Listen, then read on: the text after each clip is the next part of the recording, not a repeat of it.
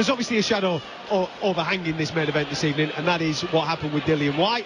Just want to get a few thoughts from yourselves. My initial take was, obviously, at the back end of last year, we went through what we went through with the Conor Benn and Chris Eubank Jr. situation. This time around, from Matchroom, Eddie Hearn, British Boxing Board of Control, I actually thought they dealt with it absolutely bang on this time. Obviously, lessons learned from the last time. I think Eddie Hearn has been on talkSPORT throughout the course of the week. He's held his hands up. He said that, listen, we dealt with that badly. We went down the wrong paths. We made a lot of errors. And at the end of the day, you can't keep beating somebody with the same stick, can you? We're all here. We're all human. We make mistakes. As long as we're growing and going in the right direction, that's a positive thing.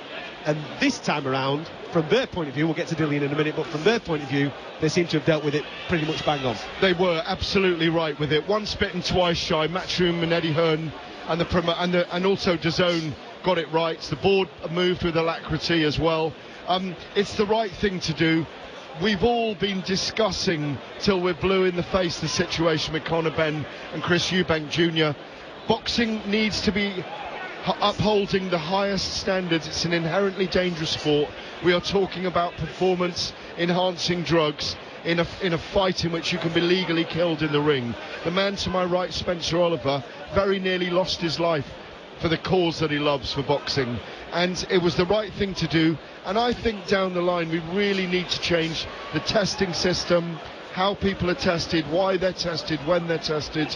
My big thing at the moment is bring in a blood passport as soon as possible. And people say, oh no, you can test positive for certain things and you can't test with blood the whole time with certain tests. Let's get blood testing as a passport when boxers turn pro and their blood gets monitored. The big problem for me, and this is obviously another elephant that's in the room, we have all these different testing processes, and they're catching too people. Many bodies. They're catching people with obviously performance-enhancing drugs in their system, and then we're supposed to have a process where's the punishments at the end of this? What are the consequences? With all due respect, now listen, I don't know, I've been away on holidays, everybody knows, so therefore the intricacies of this particular situation with Dillian Whyte I'm not too affair with, so I'm not going to talk too widely about it. But this is now the third time on record that Dillian Whyte has failed a performance-enhancing drug test. Yeah. When is enough enough? How many times do we allow someone? Because with all due respect, every athlete, in my opinion, is responsible for what they put into their system. I talk about it all the time, strict liability. So they are responsible for what goes into their system. People can make a mistake, I get that, absolutely. But 3 mistakes?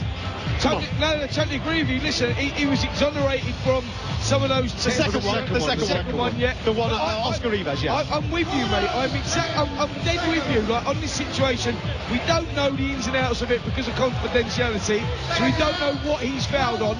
But the point is, he's fouled it, right? And like you say, strict liability. I think we need to get it under one umbrella, one anti-doping board, and that's what we do, because I don't like all this technicalities, getting off on this, getting off on that. If it's in your system, mate, banned. And Derek Chisora hit the nail on the head and spot on and said, listen, don't forget about 6-month ban, year ban, 2 years ban. Give him a 10-year ban. Boom, done. And that's where I'm at on it. I think that, I don't believe in second chances.